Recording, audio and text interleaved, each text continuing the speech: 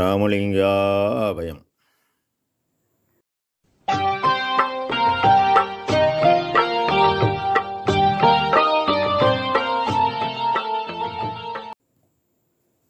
அருட்பெரும் ஜோதி அருட்பெரும் ஜோதி தனிப்பெரும் கருணை அருட்பெரும் ஜோதி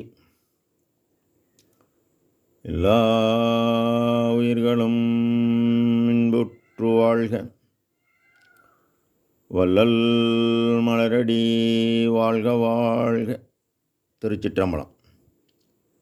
அருட்பெருஞ்சோதி ஆண்டவரின் பரிபூரண அருளை அன்னவரையத்தால் பெற்ற அருட்பிரகாசம் பெருமானின் திருவடிகளை மனமொழிமையால் போற்றி பணிகின்றேன் தயவுடன். நாம் செய்த செயலின் விளைவாக இன்ப துன்ப அனுபவங்கள் யாவும் வந்து கொண்டே உள்ளது. அவ்வாறு வருகின்ற துன்பம் யாவும் பொறுத்து எல்லா உயிரும் இன்பமாக வாழ எண்ணி நாம் செயல்பட்டாலே நமக்கு ஆன்மலாபம் கூடும். நம் பெருமான் திரு அருட்கொடை என்ற தலைப்பில் 7வது பாடலில் நான்முகர் நாரணர் முதல் ஐவர் தொழில் எனக்களித்தாய், மேன்மை பெறும் அருட்ஜோதி திரு அமுதம் வியந்தளித்தாய், பான்மையுறு நின்னடியார் சபை நடுவே பதிந்தருளி தேன்மையோடு வளர்க்கின்றாய், சிற்சபையில் நடிக்கின்றாய் என இப்பாடலை பதிவு செய்கின்றார். எல்லாமுள்ள அருட்பெருஞ்சோதி ஆண்டவரை நோக்கி அணுக்கள் தவம் செய்கின்றன. எனவே இறைவன் மனமிறங்கி ஒரு தொழிலுடைய பிரம்மா, 2 சித்தியுடைய விஷ்ணு, 3 சித்தியுடைய ருத்ரன் மற்றும் மகேஸ்வரன் சதாசிவன் இவர்களுக்கு அருளை சிறிது வழங்கி அந்தந்த தொழிலை அவர்கள் செய்ய சொல்லியுள்ளார். சான்று உரைநடை பக்கம் 409. இந்த ஐவரால் மரணமில்லா பெருவாழ்வு வழங்க இயலாது. இதனை வழங்க இயலாது. ஆனால் பெருமானை வருவிக்கவுற்று தன் பூரண அருளை வழங்கி படைத்தல், வாழ்வித்தல், துருசு நீக்குவித்தல், பக்குவம் வருவித்தல், அருளல் எனும் 5 தொழிலை இறைவன் மகிழ்வுடன் பெருமானுக்கு வழங்கியுள்ளார். மேலும் இதனை சாவதென்றும் பிறப்பதென்றும் சாற்றுகின்ற பெரும் பாவம் தன்னை எண்ணி நோவதொன்று புதிதல்ல என்றும் உள்ளதாம்.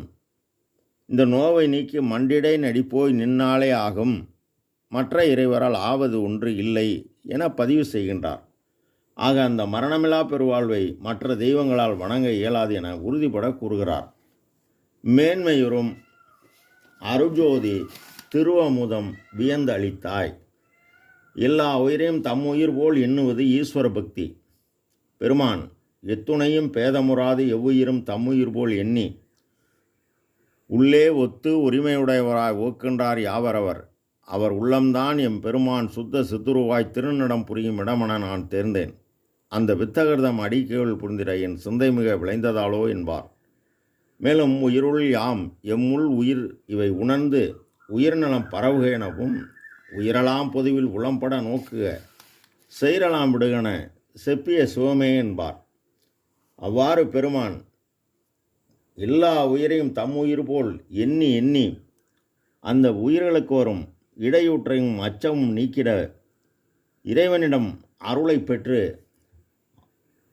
1867 வைகாசி மாதம் 11ஆம் தேதி சத்திய தர்மசாலை நிறுவி அன்றே கோடான கோடி ஏழைகள் பசியை 3 வேளையும் போக்கினார். பெருமான் ஜீவகாருண்ய ஒழுக்கம் முதற் பகுதியில் அருள் என்பது கடவுள் தயவு, கடவுள் இயற்கை விளக்கம். ஜீவகாருண்யம் என்பது ஜீவர்கள் தயவு, ஜீவர்கள் ஆன்ம இயற்கை விளக்கம். எனவே சிறிய தேவை கொண்டு பெரிய தேவை பெறுதலும், சிறிய விளக்கத்தை கொண்டு பெரிய விளக்கத்தை பெறுதலும் வேண்டும். அவ்வாறு அவர் செயல்பட்டதால் தன்னையே எனக்கு தந்தருள் ஒளியால் என்னை வேதித்த என் தனி அன்பே என்கின்றார். அவ்வாறு வேற்றியல் மாற்றம் அடைந்த பின் நம் பெருமான் சுத்ததேகம், பிரணவதேகம், ஞானதேகம் பெற்று அருளொளி அடைந்தனை, அருள் அமுது உண்டனை, அருள்மதி வாழ்கவென்ற அருளிய சிவமே என்கின்றார். மேலும் இவர் செய்த செயலை எண்ணி ஆச்சரியமடைந்து அருள் அமுதம் அவர் இவருக்கு ஊட்டினார். பான்மையுறு நின்னடியர் திருச்சபை நடுவே பரிந்தருளி தேன்மையோடு வளர்க்கின்றார். இயற்கை உண்மை கடவுள். காலமும் நியதியும் காட்டி எல்லா உயிரையும் தலைக்கும்படி செய்பவர். அவர் முன்பு தன் அடியாருக்கு காட்டின் ஏக்கமாகிய மனம் வென்று தன்னை அடையும் நிலையை காட்டினர். அவ்வாறு அடைந்தவர் கோடி கோடி அறிவர். ஆனால் இன்று அறிவு மார்க்கமாகிய ஒளி மார்க்கத்தை வழங்கி உயிர்கருணையால் மனம் ஆற்றல் பெற்று ஆன்ம அறிவுடன் கூடி கடவுள் நிலை அருள் எனும் தயவு பெற்று அந்த தயவை பெற்று தயவினால் தயாவண்ணமாகி கடவுள் நிலை அருள் அதை அறிந்து அம்மயமாகி உள்ளார் நம் பெருமான். அதனால்தான் அவர்கள் நடுவே இவரை இருக்கச் செய்து என்கின்றார். இதனை ஓதி உணர்ந்தவரெல்லாம் என கேட்க இணைத்தான். ஓதாமல் உணர்ந்து உணர்வாம் உறச் செய் உறவே என்பார். தேன்மையோடு வளர்க்கின்றார். இதுதான் முடிவு. இந்த முடிவுக்கு மேல் முடிவு கிடையாது. இதனை ஆதியும் அந்தமில்லா அம்பலத்தாடும் அருட்பெருஞ்சோதி தன்னையே நினையுங்கள், சுகம் பெற விளைவீர்கள். நீதி கொண்டு உரைத்தேன். இது நீவீர் மேலேறும் வீதி, மற்றைய வீதிகள் கீழ்ச்செய்யும் வீதி என்பார். ஆக கீழ்ச்செல்லும் வீதியில் பயணிக்க வேண்டுமா, மேல் செல்லும் வீதியில் பயணிக்க வேண்டுமா என்பது அவரவர் விருப்பம். அவ்வாறு மேல் செல்லும் வீதியில் பெருமானை வைத்து இனிமையோடு வளர்க்கின்றாய். சிற்சபையில் நடிக்கின்றாய்.